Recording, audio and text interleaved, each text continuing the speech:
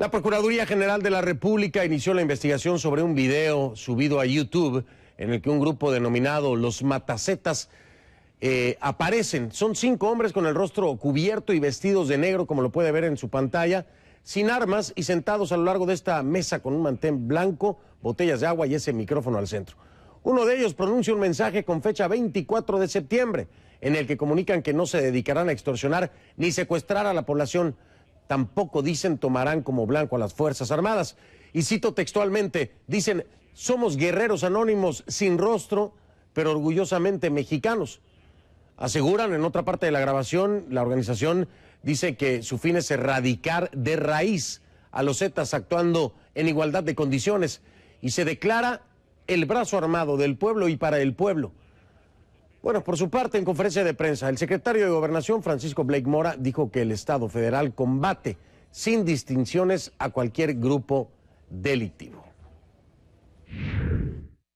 Cualquier otra expresión al margen de la ley que pretenda erigirse en combatiente del crimen carece de legitimidad necesaria y, con independencia de la causa o motivación, enfrentará la fuerza del Estado.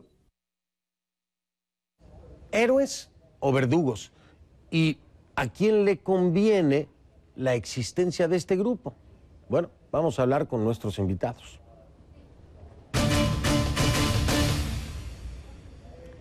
Le doy la bienvenida a Jorge Castañeda, analista y colaborador de CNN en español, y en México, Eduardo Juchín, analista político. Gracias, Eduardo, Jorge, por estar con nosotros. Buenas noches. ¿Qué tal, Fernando? Eduardo, ¿qué tal? Buenas noches. Buenas noches. Buenas noches, un placer tenerlos a ambos. Hola, Jorge. Nueva York, Jorge, y Eduardo está en la Ciudad de México. A ver, va la pregunta inicial. Existen muchas posibilidades de que esto, pues, no sea un grupo real, primero, de que no sea un grupo ciudadano, pero ¿cuál es su primera impresión, si me lo permiten, al ver este video de los Matacetas? Iniciaré con Jorge Castañeda, si me lo permites, Eduardo, allá en Nueva York. ¿Cuál es tu primera impresión de este video, Claro. Jorge? Pues mira, Fernando, la verdad me da la impresión de que no tenemos la más remota idea de qué se trata.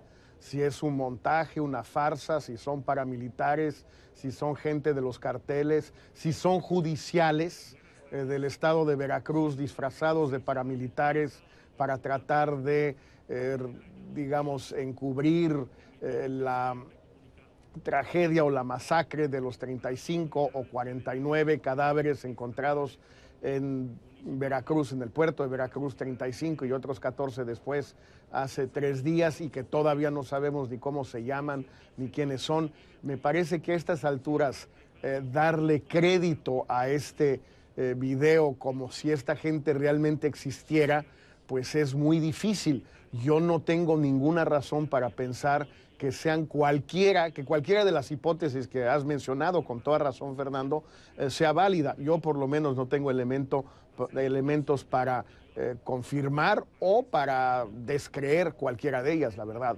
Interesante, la perspectiva, coincides conmigo, entonces, como tú dices, no tenemos ni la menor idea de si es algo real o no lo es. Eduardo Juchín, ¿tú qué opinas acerca de este video cuando tuviste la oportunidad de verlo?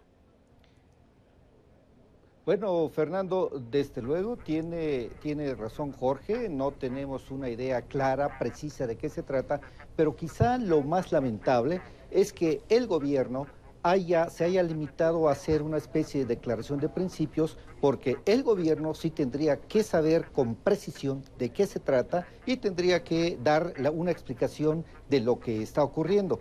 Pero tenemos a un gobierno que parece pasmado ante una ampliación, yo diría cuantitativa y cualitativa, de la violencia en México, y persistiendo en la idea de que se va a resolver el problema con una actitud represiva y con retenes en las carreteras y los caminos y las calles de México. Creo que no es por ahí un combate serio, y entre tanto tenemos esta presencia de este grupo ante el cual se abre todo un abanico de posibilidades, entre las cuales están las que tú has mencionado, y que pareciera que la explicación probable, hipotética, podría ser de que se trata de un grupo que está actuando por cuenta de otro grupo del crimen organizado, lo cual nos lleva a una situación pues deplorable, para decirlo menos.